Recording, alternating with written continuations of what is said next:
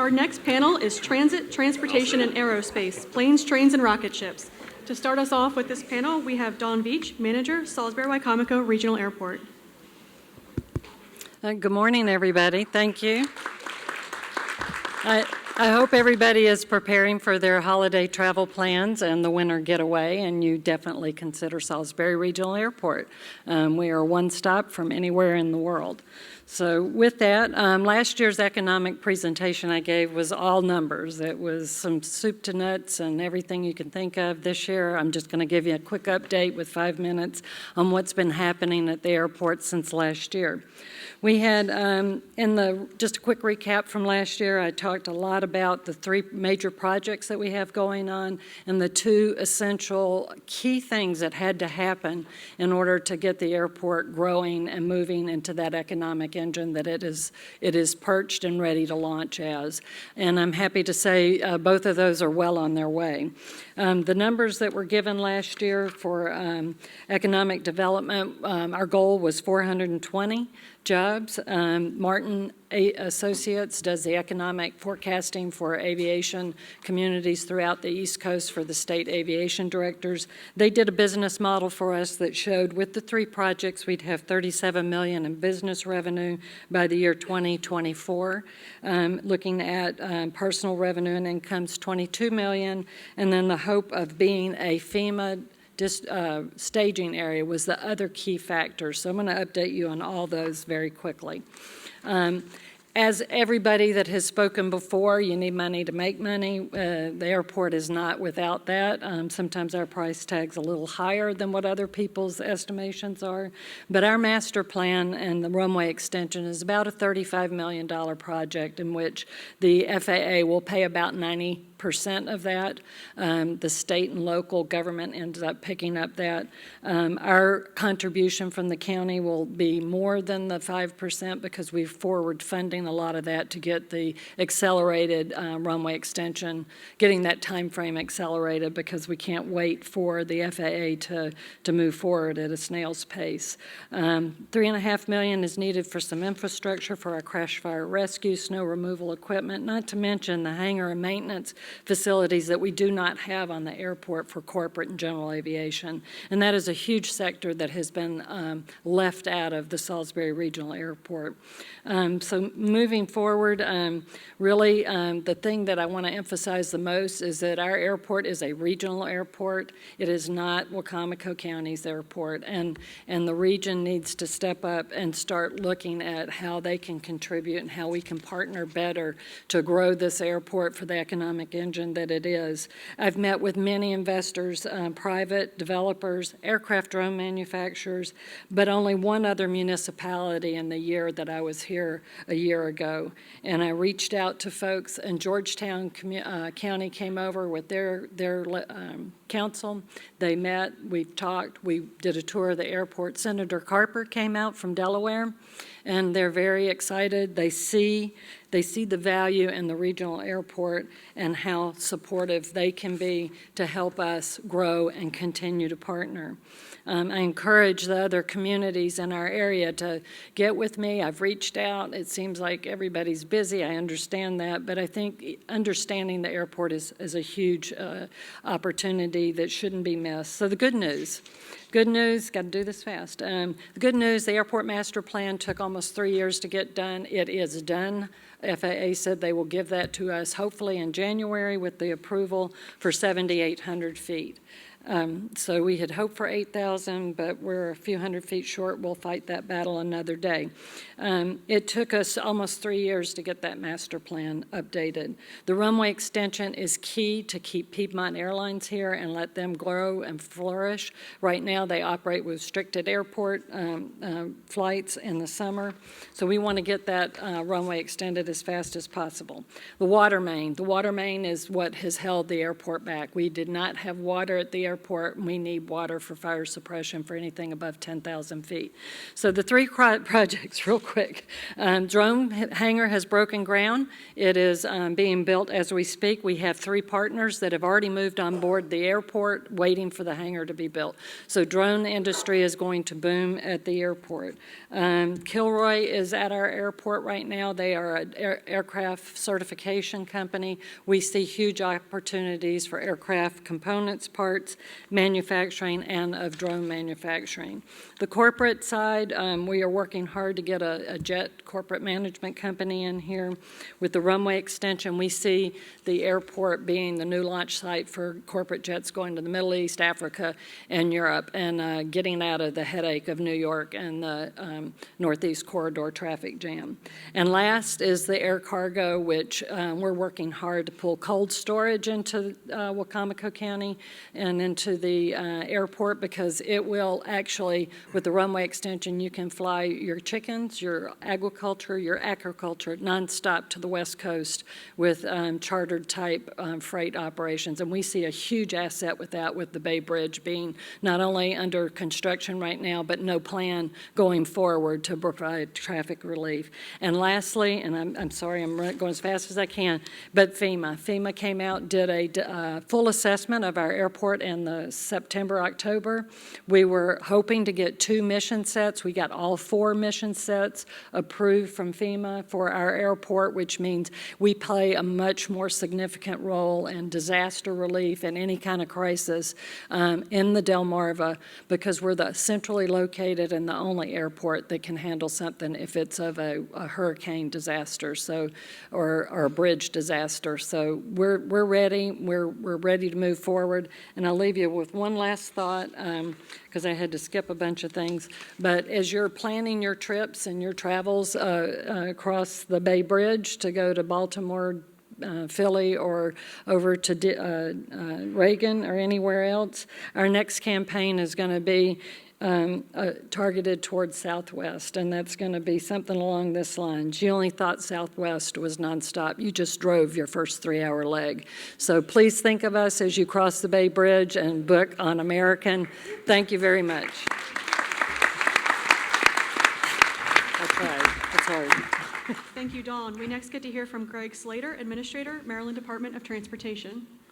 Good morning. Thanks for having me here this morning. I'm going to run through very quickly just a snapshot of where we are in transportation in Maryland. We have a lot of things happening and a little bit of a viewpoint into the future. First, let me talk a little bit about congestion. We certainly have congestion. It's all very relative, but we are continuing to grow in this state. We hit 60 billion vehicle miles traveled, and that is a tremendous amount of growth. What we saw over the years, last couple of decades have been about 1 billion a year in growth, but last year we skipped over 59 and went right to 60. Tremendous amount of economic activity in the capital region that's driving that growth, but what we're seeing is that congestion, it can't get worse in some reasons, but it kind of grows and spreads, so that's certainly a big challenge for us. This is our bread and butter, our asset management, how we take care of our system today. As you can see, our system is in pretty good shape. We have one of the best bridge programs in the country. It continues to be a source of pride for us. Our roadways are in incredible shape today. We're continuing to drive that and make that investment. But I will say that one of the largest challenges that we have in keeping our system open and moving today is water. We have a tremendous amount of rainfall this past year, number of road closures, some of them that were longer term. I have at least 3 locations in the state that we are losing access to at least once a day, in terms of whether it's tidal shifts coming in or whether it's rainfall and clogged drain pipes. So that is certainly a challenge that is something that's struggling with mobility, but also economically on how we deal with these things. From a safety perspective, I always start with this. More than 500 people killed on our highway system last year. 25% of those were pedestrians. That is a great conflict between land use that has developed in many urbanized areas. You look at 13 right out here in Salisbury, land use continuing to thrive and grow right around roadways that were originally designed for high-speed commuter traffic. They need to be rethought, they need to be redesigned, they need to be reconstructed.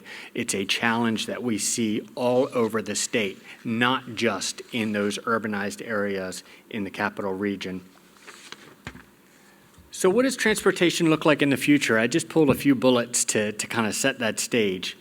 1,400 plus self-driving cars, trucks, and vehicles are being tested by US DOT today. It's a tremendous growth in our industry in terms of how we travel and the opportunities and access that we're going to have. We're seeing a shift towards more of electrification of our fleet, less gas type vehicles and more electrification, electric buses, new rail, congestion management, a lot of technology to manage traffic today.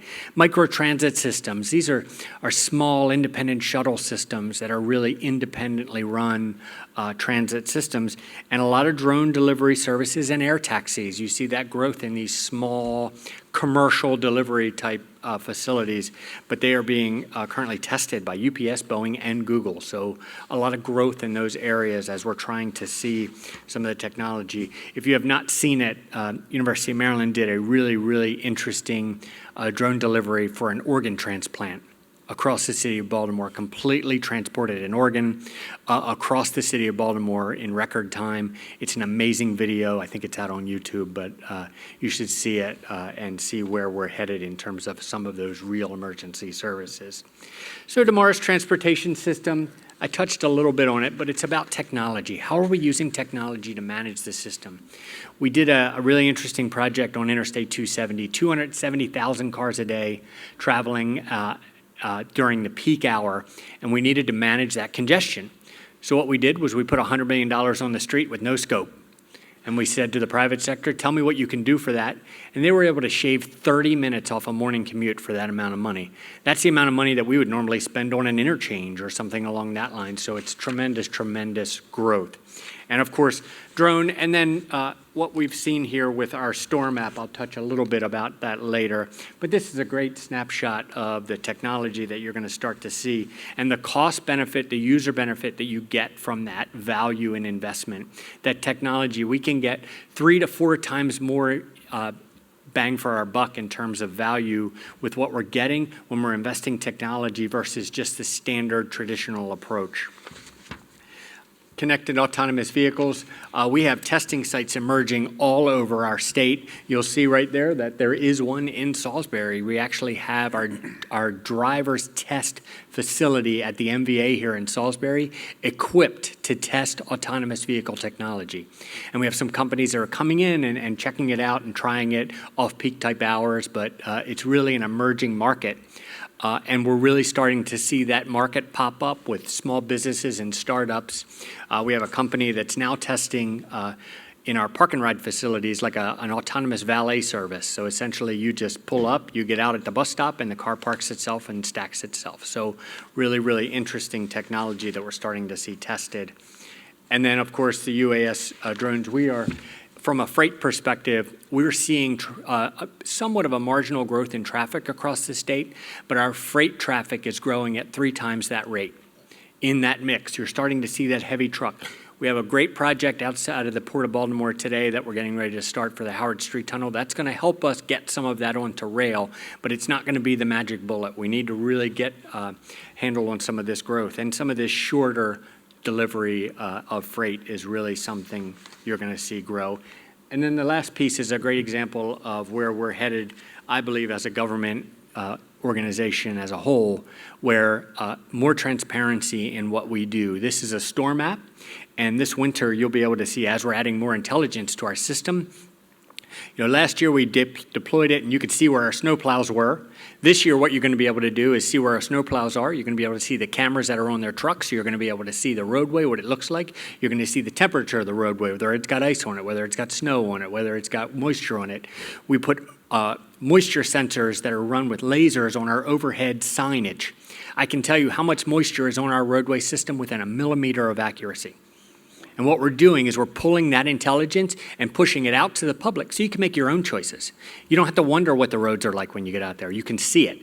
You can see the plow routes. You can see when your road's going to be plowed next. Those types of things are how we're going to grow as an organization, giving people more information and more tools to really make your own decisions. So thank you for having me here this morning. Thank you, Greg. Next up, we have Cliff Grunstra, Chief Marketing Officer, Carload Express, Delmarva Central Railroad. The Delmarva Central Railroad was started in late 2016. We operate about 160 miles of track that's owned by Norfolk Southern, and 35 miles of track owned by actually DelDOT, and then also some that's owned by Accomack and Northampton counties. So we operate on the big flat sandy pancake that we all call home out here, and what this pancake needs is a lot of stone, because there's no quarries here on the eastern shore that can really provide the stone that's needed for roads, for cement, for construction of housing. And you know, it's an interesting location because we're really on an island out here. In order to get to the Delmarva Peninsula, you've got to go through a tunnel or over a bridge or come on a boat or fly in. So from a geographic perspective, it's kind of unique and interesting, and I think that there's a lot of opportunity here if we can kind of do what many of the speakers today have said and band together and think about ways that we can take this opportunity and take the position that we find ourselves in and use it for the benefit of the local communities and the folks that live out here. So a railroad is really good at moving a lot of stuff, really far at an economically for an economical rate. So if you want to think about it in terms of truckloads, everybody knows how big a truck is. A rail car can carry roughly four and a half times the amount of one truck. So if you take two trains that are 100 cars each, that would equate to over 1,000 tractor trailers. Now again, think about it. Those trains are running on track that's not interacting for the most part with the public. There's a couple crossings you got to get through, but overall, it's operating on privately maintained assets versus public transportation systems that are maintained with taxpayer dollars. Two trains is roughly 2 miles long. If you're going to back up that many tractor trailers worth of material, you're looking at 13 miles of traffic. So there's a lot of benefit to moving freight via the railroad if it's a viable option. So in addition to being able to move a lot of material very efficiently, trains also are an incredibly green way to move material. They're about 5 times more efficient from a ton-mile perspective. That's how much fuel does it take to move a ton of freight 1 mile than tractor trailers are. So Carload Express is the parent company of the Delmarva Central Railroad. We operate 4 railroads. The other 2 are in southwest Pennsylvania and eastern Ohio. It's a company that I've worked for about 5 years, and they do it the right way. We are incredibly focused on being safe and on investing in the infrastructure in order to help the communities that we serve. Similarly, we work very closely with our customers. Without our customers, we wouldn't be a railroad. All we provide is service. We move customers' freight from one location to another for them. We try and specialize our service to be able to fit into their supply chain as efficiently as possible so they can rely on us as a valued partner. And through doing that, we're able to grow our carloads because they convert more of their traffic to the rail. And it helps them because theoretically, in most circumstances, they're going to be able to move that material in a way that is less expensive for them. One interesting thing about the startup of this railroad, I'm just going to say, we took over from Norfolk Southern in about 48 hours. The one thing that we didn't think about was every single lock that's on every switch, at every single crossing, at every single industry had to be removed with a new lock put on. So the NS locks were off, the Delmarva Central locks went on. At the end of that 48 hours, we had an entire pickup truck full of locks that weighed about 1.5 or so tons. It was pretty amazing. But the coordination and collaboration between us and Norfolk Southern to make this change happen was pretty impressive. We're moving a lot of freight now. It's really great. There's fantastic customers. There's fantastic companies out here that are working with us. We've increased service dramatically, anywhere in the neighborhood of 200% to 300%, whereas if one customer is getting served typically 1 or 2 days a week, now we're there every single weekday and sometimes on the weekends. And that helps us integrate into their supply chain so they can rely on us. The vast majority of the material we move, I already said stone. We also move a huge amount of feed ingredients for the chicken industry. So they're very important. And propane. A lot of folks use propane in their houses. A lot of chicken houses use propane to heat themselves. Without the rail infrastructure out here to move propane via rail, that entire supply chain would be turned on its head. Again, we like to try and do things that are creative in order to help our customers do what they need to do to utilize rail. We're investing basically all of our free cash flow back into the rail assets. One of the reasons that we're here is to make the rail infrastructure that's currently in place robust, increase its viability for the long term, and that just doesn't happen by itself. It takes a huge amount of money to upgrade track, to keep track at a level that is able to be operated on safely, and we've made that commitment. So the future looks bright from our perspective. Railroads are long-term thinking organizations. We're looking out 50, 100 years, and this area is fantastic. It's a fantastic place to live, to have a family, to grow, and to have partners. And one of those partners is NASA, and we're actually working on a project right now to bring in a rocket launcher for them. So with that, take it away. Thanks a lot, Cliff.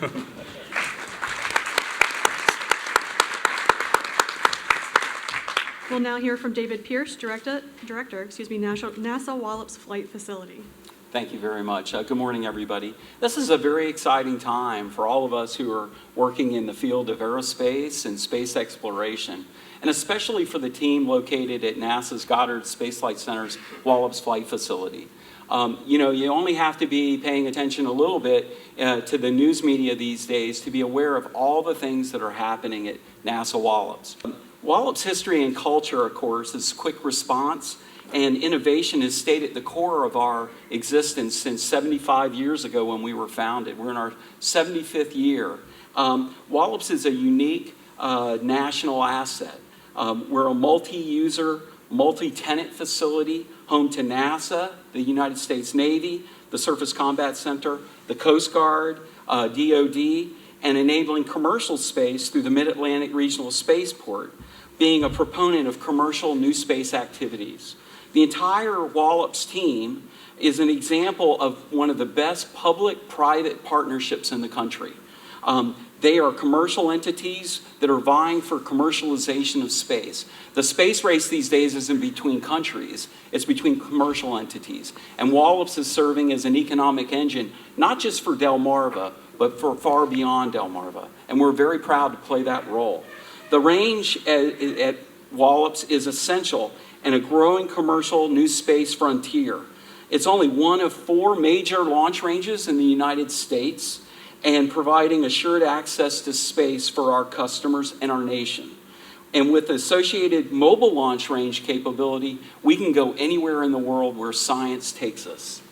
So in terms of the complex itself, we're about 1,800 folks that work in the Wallops complex associated with NASA and its partners. Our budget at NASA is growing steadily over the last 10 years from $200 million to $335 million this year, largely due in part to reimbursable work. We've tripled the number of reimbursable outside customers that are coming to Wallops to launch. And so as we launch more payloads to space, those revenues are expected to grow. Our FY20 budget, we expect that we'll have almost $60 to $80 million in reimbursable revenue. The increased work at Wallops, of course, translates into positive impact in our local community, increasing employment numbers, increased direct and indirect economic impact, including tourism.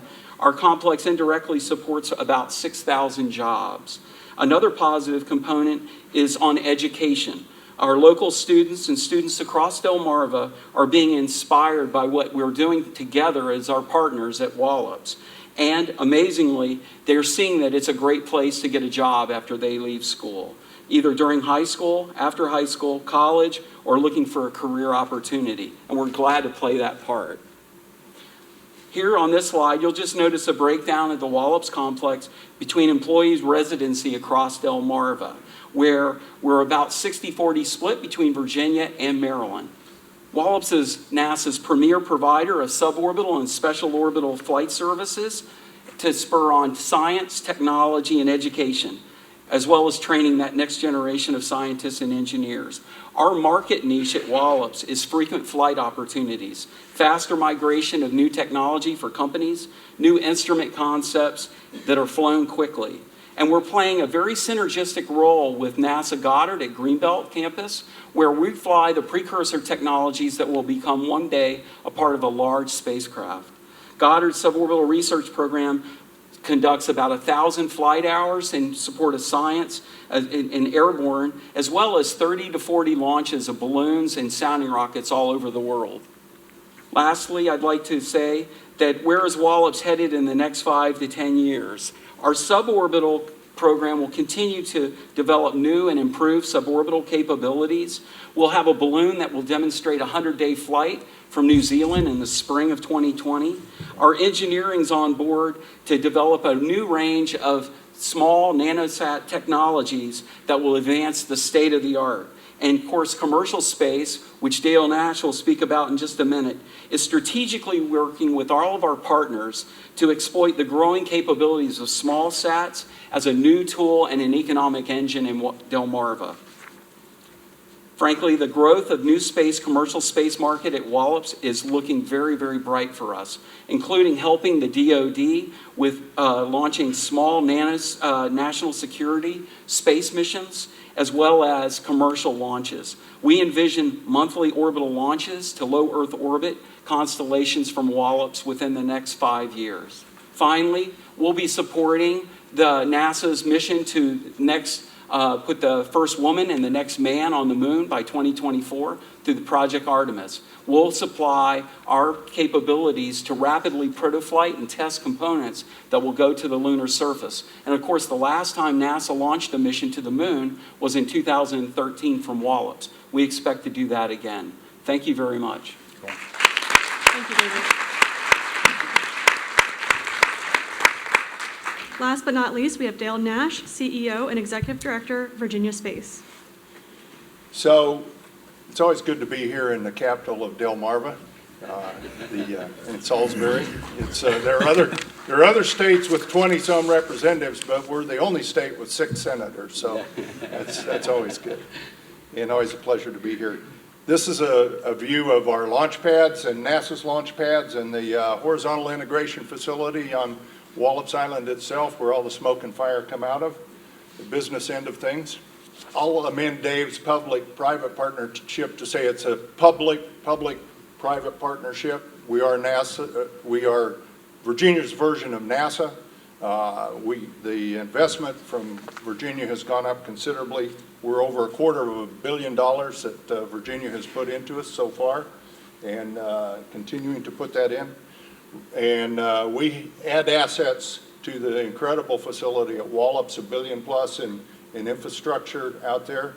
And we have added to it key components that have enhanced. The synergy is well beyond what we have put in. We would not be going to orbit if it hadn't been for the investments that Virginia had put in the Mid-Atlantic Regional Spaceport. So let's run through those quick. This is Pad 0A, where the Antares, the Northrop Grumman Antares comes from. This is a semi to space. We hope to get a train to space sometime out of here, but it's more like a semi to space, 17,600 pounds to orbit. And that's a $120 million launch pad, 90 million of which was put in by the Commonwealth, and good Senator Mikulski helped get 30 million toward that. Alan Dean, who shared the gift of exploration in both life and art and inspired future generations to travel back to the moon and beyond. Northrop Grumman is go. Copy, and we are go to proceed with final countdown. 5, 4, 3, 2, 1. We have main engine start. Lift off of Antares. Engines at 100%. Attitude nominal. Power nominal.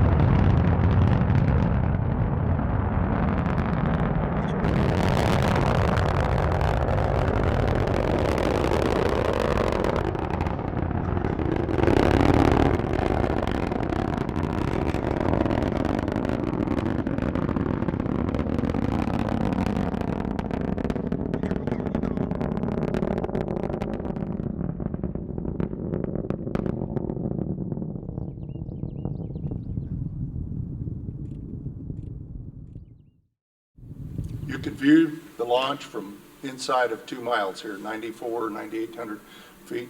You cannot get closer to a launch anywhere in the United States than this. And that's a sizable rocket that goes off. This doesn't do it justice. Those who've been to a launch, it'll rattle every bone in your body and your teeth. It is an experience, not just something to see. Okay, so that's sort of our flagship. Here's Launch Pad B. This is where we started. Humble beginnings, about $1.5 million. We're now up to about $8 million invested into this facility.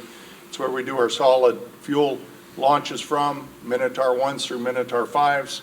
This is the last mission that went to the moon. This is a big dump truck. We can put 8,400 pounds into space. So your big dump trucks that rumble up and down the road, we do that too. And we have, again, we're the last ones to go to the moon from here. So some fairly significant missions. And certainly last but not least, we won the competition for Rocket Lab. And they have a launch facility in Mahia, on the Mahia Peninsula in New Zealand. But for national security launches, they needed to build a launch facility in the U.S., and we beat out Florida, California, and Alaska for this. The Commonwealth came in with some significant incentives. The fact that we know how to build launch pads, the flexibility, responsiveness of the range at NASA to be able to get off missions. And we won this last October. We really didn't start construction driving piles until February, and we are going to have a pad activation here next week, building a launch pad in under a year, especially a liquid fuel launch pad. I don't think anyone has done that I know of. And they will be going up to 12 times a year, maybe more.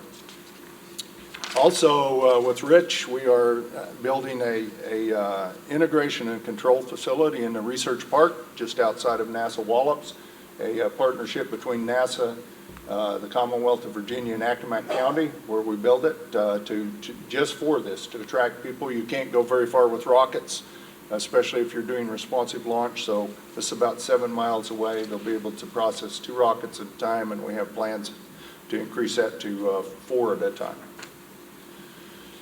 Another big investment by the Commonwealth, there was truly a need for a payload processing facility that could process national security launches. And while it may be a commercial launch vehicle, the national security part of it, Wallops was set up for. And Virginia Space, we were able to get from Governor McAuliffe $20 million as he left office, and this is a $31 million facility. That happens many times in space as you go do it. But we built it in about 18 months. 27 million came from the state. It is a very clean, very secure facility. We also have a drone dedicated airfield where we do air now, and we are part of the Marine Highway System, and we will be building a port here, an additional hangar. We'll have land, air, and sea. And we have grown our own workforce here on the Eastern Shore. We've gone from an average age of 58-something to about 38-something. We have a whole bunch of millennials, and I'm just fine with the millennials. They are great. We also have 28% of our workforce are women. And we have some incredible talent here. Do have this very strong economic impact. This was Old Dominion University looked at it, 1.37 million. About 40% of that spills over or more right into the lower 3 counties here in Maryland. Salisbury probably the primary beneficiary. That surprised us all how much it is.